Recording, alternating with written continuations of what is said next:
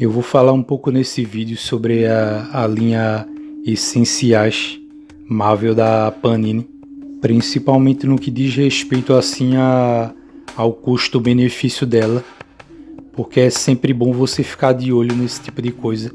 A gente sabe que as editoras vão lançando coleções ou formatos de publicação novos aí, vão aparecendo e você tem que sempre ter em mente o que é melhor para comprar ou não, já que tem tantos canais aí, principalmente os canais grandes que não tocam no assunto de dinheiro.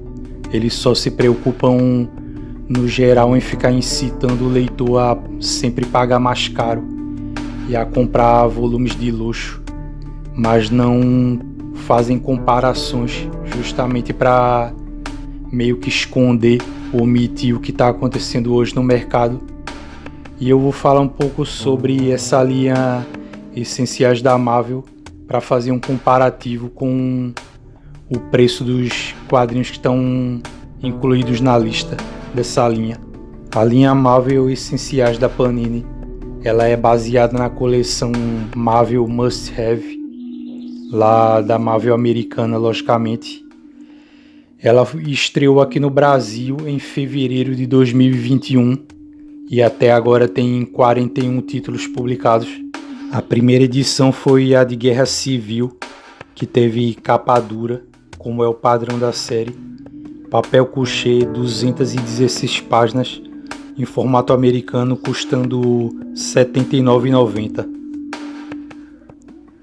Segundo as informações que eu li num site na época em que essa coleção começou, essa linha, a proposta dela é publicar quadrinhos que sejam, entre aspas, indispensáveis dentro do que a gente vê na Marvel, para os leitores da Marvel no geral, de cada personagem, variando assim, republicando arcos famosos ou minisséries e quadrinhos assim, que já são conhecidos pelo leitor. Só que, como a gente sabe, nem sempre as coisas são assim. Qualquer coleção que você escolher, independente de ser da Panini, da Salvar, da Eagle Moss ou qualquer outra editora, sempre vai ter aqueles quadrinhos que você pensa, o que é que isso está fazendo aqui no meio da coleção? Porque, por exemplo, se a questão é você publicar quadrinhos que são essenciais, dentro dessa linha tem o quadrinho A Guerra de Wade Wilson, que é aquela história do Deadpool, que realmente de essencial isso não tem nada.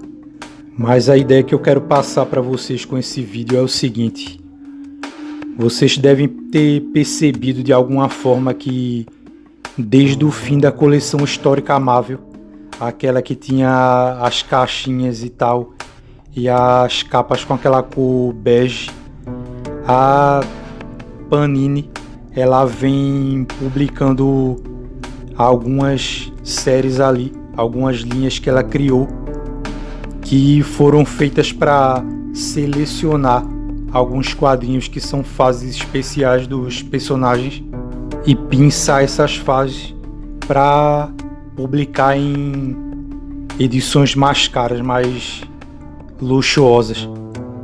A primeira vez que isso ficou evidente que a Panini tinha a intenção de fazer isso foi com aquela história do Hulk, o arco do Hulk na encruzilhada, que não foi publicado na coleção histórica Marvel do Hulk.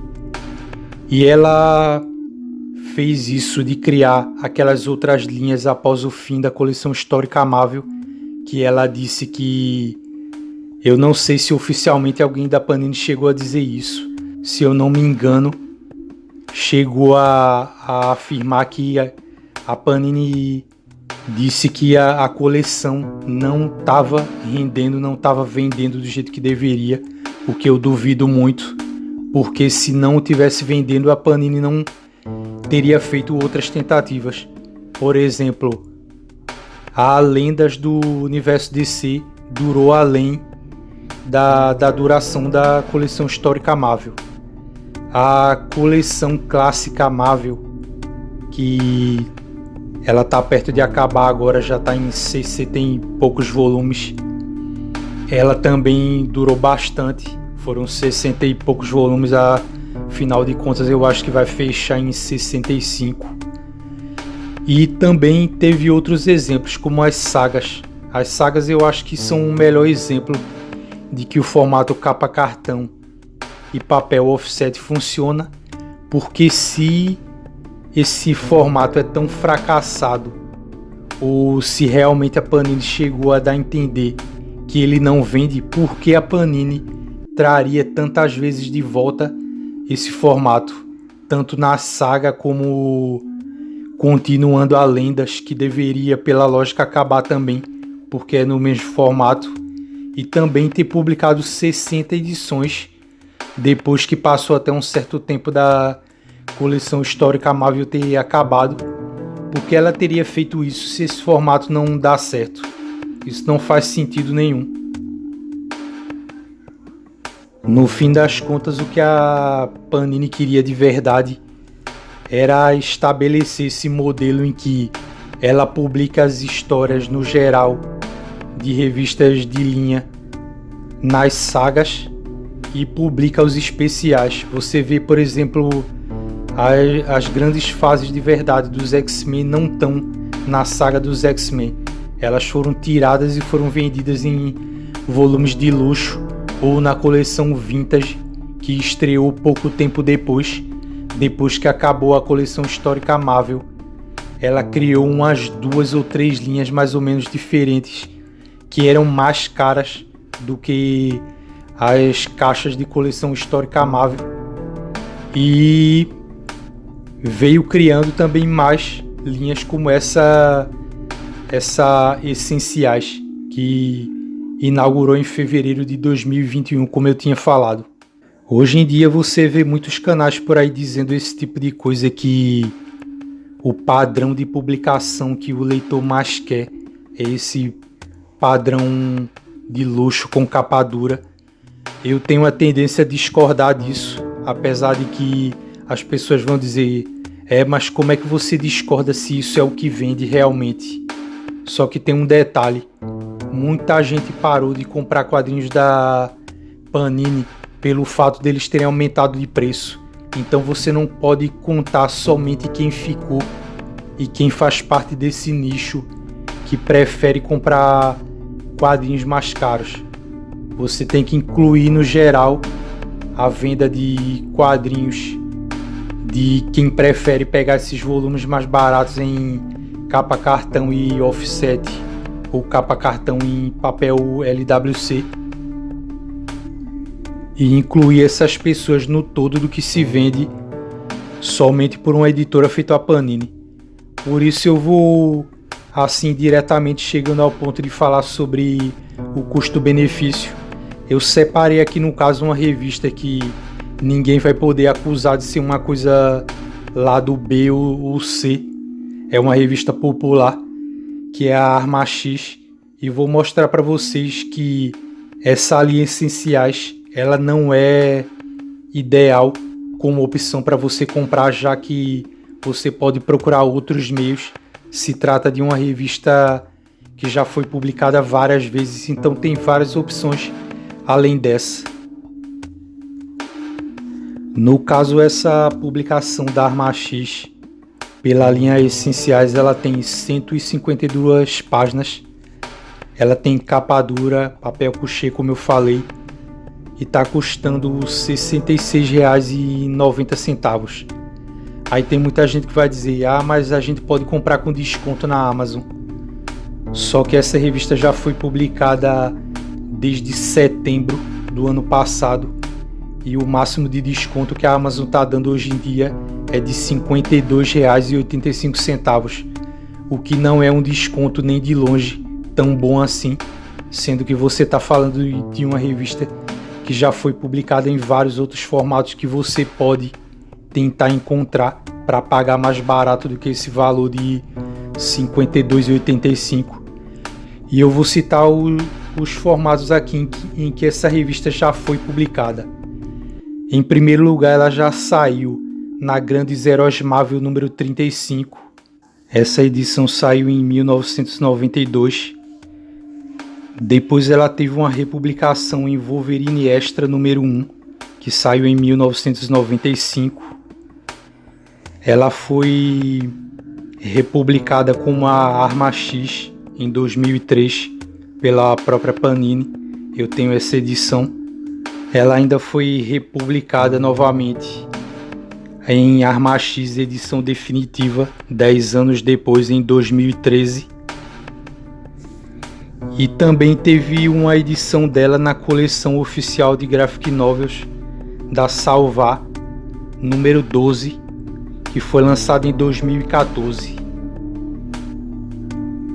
Então, como vocês podem ver, não existe motivo para você comprar essas edições, ter pressa em correr atrás de alguma dessas edições dessa linha essenciais da Marvel, porque algumas dessas edições, eu vou citar mais delas aqui, elas já foram publicadas tantas vezes que não tem sentido você tomar isso como opção em primeiro momento assim. Por exemplo, foi publicada um quadrinho bem popular que todo mundo conhece, Demolidor, a Queda de Murdock, com 192 páginas, no padrão de qualidade que eu falei, por R$ 89,90. Quer dizer, R$ 90 num quadrinho que já foi publicado em outros formatos por aí e que ele sempre vai ser republicado. O que a Panini quis com isso, na verdade, foi estabelecer esse padrão.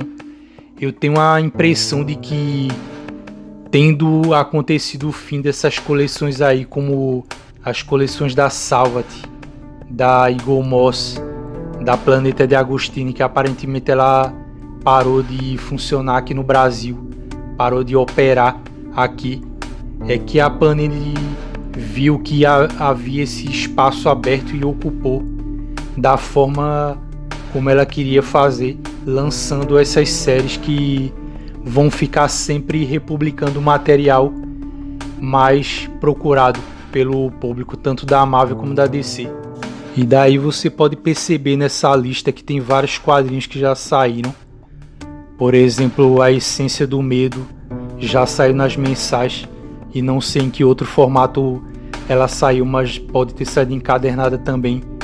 Demolidor, a Queda de Murdock que eu falei, O Homem Sem Medo, Desafio Infinito, Dinastia M, Eu Wolverine, Guerra Civil, Guerra Secreta, O Homem de Ferro Extremes, O Homem-Aranha Caído Entre os Mortos, saiu num volume em capa cartão que eu comprei, eu tenho essa edição. Invasão Secreta, Marvels, Thor, O Renascer dos Deuses, até algumas primeiras histórias do Ultimate Homem-Aranha, que a Salvat publicou por R$ 9,90 no primeiro volume da coleção. Vingadores A Queda, A Vingança de Ultron, Arma X, que foi a que eu citei antes, Zumbis Marvel. Tem algumas séries, por exemplo, que não são boas assim, não são tão interessantes, mesmo assim elas estão com preço muito alto, sendo que, se realmente é isso, se a lógica da Panini foi essa, de ocupar o espaço que aquelas coleções da Salvat e da Eagle Moss tinham nas bancas e nas livrarias, tem um detalhe em relação a isso, que é o seguinte: aquelas coleções elas começavam com os 3 primeiros ou 2 primeiros volumes com preços mais baixos, e depois ela estabilizava, tinha aqueles aumentos ali no decorrer do avançar da coleção, tinham aumentos.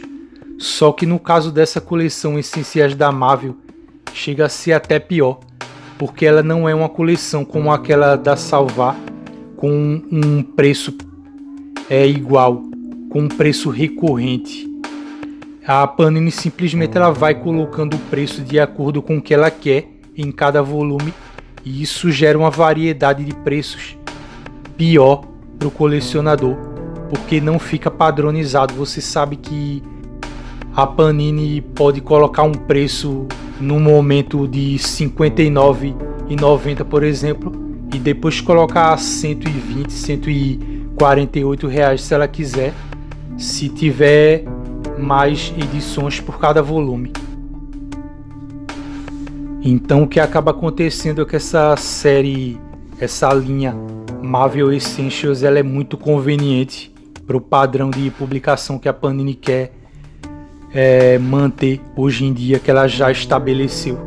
Teve outros aí, como aquela Marvel Deluxe, que eu não sei porque a Panini descontinuou, porque aquilo ali já estava dentro do padrão que ela planejava publicar nesses anos que a gente atingiu agora, em que os quadrinhos da Panini não só você vê aí aquela linha vintage que surgiu pouco tempo depois da coleção histórica ter acabado, também veio os ônibus da Panini, que esses aí são o cúmulo, é o pior exemplo de custo-benefício para quem quer colecionar fases longas, como por exemplo a do Quarteto Fantástico, ou uma do Hulk, ou a do próprio Superman no John Byrne. Vocês podem ter certeza que em algum momento, se a Panini não fez isso até agora, ela vai encadernar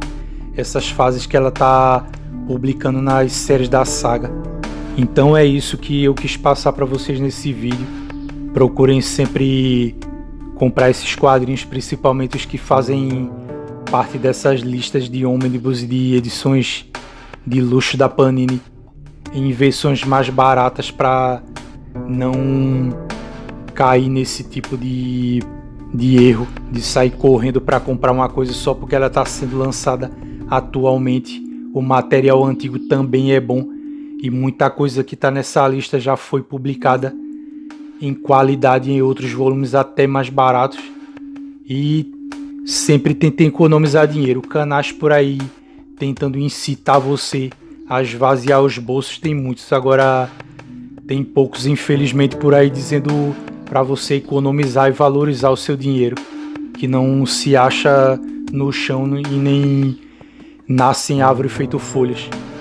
Então muito obrigado a quem viu esse vídeo e até a próxima.